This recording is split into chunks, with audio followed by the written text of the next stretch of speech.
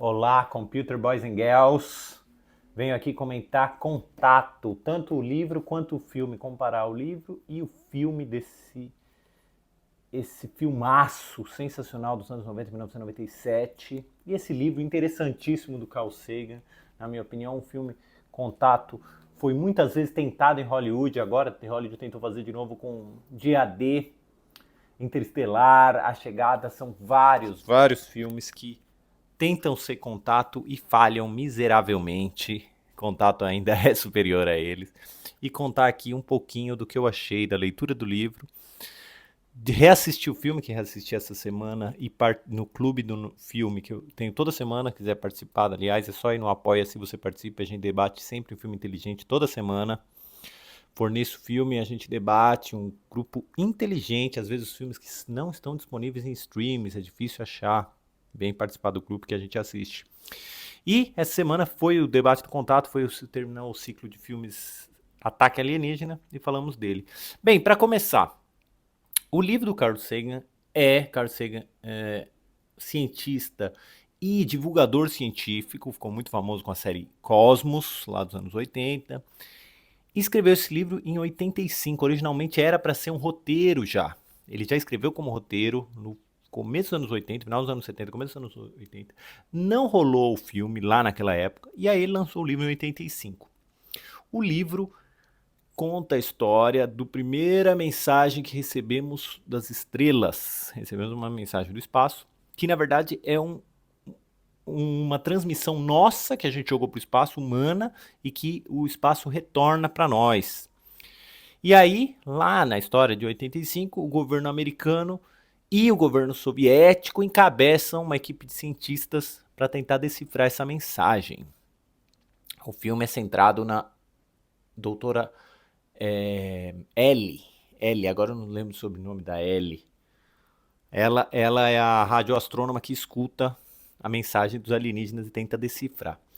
A partir daí, a história se desenrola, tem muita trama política, além de ciência, tem muita trama política. Como o livro é de 85, ele fala muito da relação Estados Unidos-União Soviética, coisa que em 97, quando adaptaram o filme, já não era atual, esse papo. O filme demorou muito para ser adaptado, até o George Miller do Mad Max esteve envolvido, vários diretores estiveram envolvidos, vários roteiristas, até que chegou na mão do Robert Zemeckis. E o Zemeckis, grande diretor Robert Zemeckis, estava vindo assim numa sequência de filmaços ali dos anos 80 até 2000, ele viu vários filmaços, só pensar.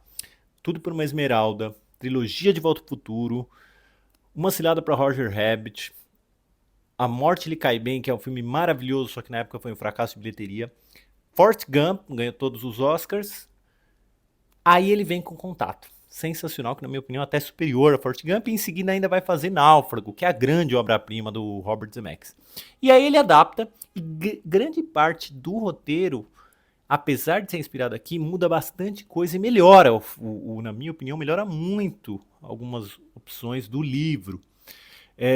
Para começar, não tem já mais a discussão entre americanos e soviéticos. Outra coisa que tem, o livro ele fala um pouco de machismo, principalmente nos primeiros capítulos, que são os melhores do livro. Já o filme é fortemente um ataque ao machismo, interessante, que é um filme grandioso, um filme blockbuster americano, e ele é centrado demais no seu ataque ao machismo americano e da comunidade científica no específico. No livro, a doutora Ellie, né, a radioastrônoma, ela tem um paquera, que é um outro radioastrônomo, e ela tem uma figura ali que ela admira e ao mesmo tempo tem uma leve birra, uma briga, que é um pastor religioso. No filme, eles tornaram o mesmo personagem. O pastor, ou ex-pastor, é o namorado dela, o paquera dela, né, um interesse romântico, é o Matthew McConaughey, depois vai fazer Interestelar, aqui tem uma brincadeira dele, tá? Aliás, o roteiro tem várias brincadeiras, né, na escolha de atores, vamos dizer, o filme. Porque você tem o Tom Skerritt como capitão, que ele já foi capitão da nave Nostromo em Alien. Você tem John Hurt, que também estava em Alien, e os dois estão sensacionais. O elenco do filme é espetacular. Judy Foster, na minha opinião, nunca teve tão bem quanto no filme Contato. Além dela, como disse, Tom Skerritt, Angela Bassett, No livro é uma presidente mulher, no filme é a coisa mais brega do filme que eles colocam Bill Clinton. Isso envelheceu muito mal. E aí a Angela Bassett faz como se fosse uma a segunda no comando ali na Casa Branca. Ótima Angela Bassett. Você tem um chefe de departamento de defesa, que é o James Woods, que é um congressista ali. Sensacional James Woods no filme. Sensacional. Ele quase rouba o filme. O elenco é gigantesco e ótimo. William Fichtner, né, eu acho que é, eu chamo ele assim. William Fichtner é o radioastrônomo cego, sensacional também. Bem, grande elenco, eles estão ótimos. Quem tá mais breguinha é o Matthew McConaughey, que alguma hora ele só vira o namorado sexy da Judy Foster. Mas ele tá bem também, como todo mundo, né? E o John Hurt engolindo como no papel de 007.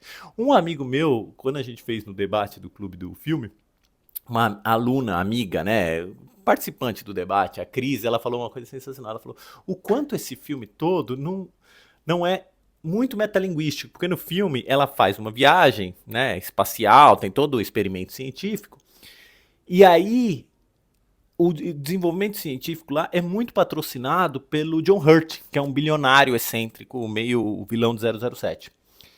E aí a Cris falou assim, nossa, é engraçado, será que todo filme não é um projeto do John Hurt? O John Hurt não é o diretor, não tá como de maneira metalinguística falando que ele é um diretor de cinema, porque ele escolhe o protagonista, ele escolhe como que vai ser a jornada, o que a gente vai... Ele escolhe o foco da história. Você tem a história, a trama, mas ele escolhe o foco.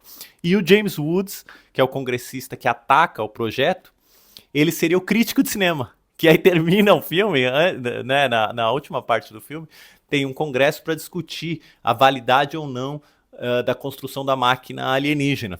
E o James Woods é muito cético, fala, nossa, a gente construiu tudo para isso, essa foi a mensagem, o final do filme. E aí dá para entender como se fossem os críticos ao filme, que sentiram que são frustrados pelo final do filme. Bem, eu não vou discorrer totalmente do filme aqui, eu tô falando, tentando fazer o máximo sem spoiler para quem não assistiu, porque é um filme que devia ser muito resgatado, muita gente não viu o filme, deveria ver. Só colocar o seguinte, que é um filme que trata muito bem, na minha opinião, a luta entre ciência e fé, entre ciência e numioso, como ele diz aqui, que é essa sensação de assombro que a religião toma para si, mas que, segundo o Carl Sagan assim, no livro, a ciência também pode ter, a gente pode ter uma sensação de assombro diante da natureza, do universo, ou das descobertas científicas, não só diante de uma revelação divina, e o filme trata disso. O quanto, muitas vezes, uma revelação científica aparece para nós como uma revelação divina, como uma revelação transcendental, religiosa. E outra coisa que eu queria comentar, aliás, tem até o Eduardo Bourdion, que participou do Clube do Filme, ele falou também uma coisa muito legal. Ele falou, repara como a roupa da Ellie, da Judy Foster no filme, quando ela vai entrar na máquina para ir nessa aventura espacial, ela tá usando uma roupa que parece uma armadura medieval, como se ela fosse uma Joana d'Arc, indo encontrar, né, o transcendental, indo numa luta em que os homens que ficam para trás depois não confiam nela, né? Não acreditam nela. O congresso ali parece uma caça às bruxas. Reflete muito uma caça às bruxas, o congresso no final do filme.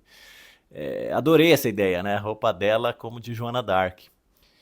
E o filme também é uma das melhores abordagens da jornada do herói. Porque no filme ela passa por uma transformação, a personagem da Judy Foster, que não pode ser comunicada, é incomunicável. Como o Joseph Campbell fala na Jornada do Herói. O herói não é aquele que salva ninguém. O herói é aquele que passa por um acontecimento que o transforma e que ele não consegue comunicar. Porque todo acontecimento transcendental, pessoal, subjetivo, é, em certa medida, incomunicável. Isso vai ter no Indiana Jones, muito. Isso vai ter nesse filme. Tem um outro filme que eu gosto muito que faz isso, que é The Sound of Metal, o som do metal, não sei se é o som do metal em português, que é do baterista que perde a audição. São filmes isso, que a transformação do personagem principal, ela é tão interna que as pessoas ao redor não conseguem traduzir. Ele não consegue traduzir para as pessoas ao redor dele. Bem, é isso, indico demais. Ah, outra coisa, isso daí muda no livro, né? Porque no livro, aí spoiler, porque não é o livro, mas no livro não é só ela que vai na jornada. Tem outros 4 astronautas, né, cosmonautas, não sei se chama eles de astronautas, que vão nessa jornada também. E no livro, no filme é só ela. Eu acho que ganha muito em potência só ser um personagem feminino, né? Isso ganha demais. Como disse, é um filme bem forte na sua crítica ao machismo. E é isso. Indico o livro, indico mais o filme. O filme conserta muitas coisas do livro. Acho o filme melhor. Acho um dos grandes filmes americanos de ficção científica. Um dos grandes filmes americanos. É um clássico, assim. E o livro, ele é legal, mas ele dá uma derrapada e ele parece mais antigo. Principalmente por essa questão da União Soviética, né? É isso. Obrigado por assistir. Me sigam. Venham fazer parte do Clube do Filme. Toda segunda às 7 da noite a gente debate. Quiser fazer parte do Clube do Filme é só assinar no meu Apoia-se, Apoia-se William Moore. Tchau.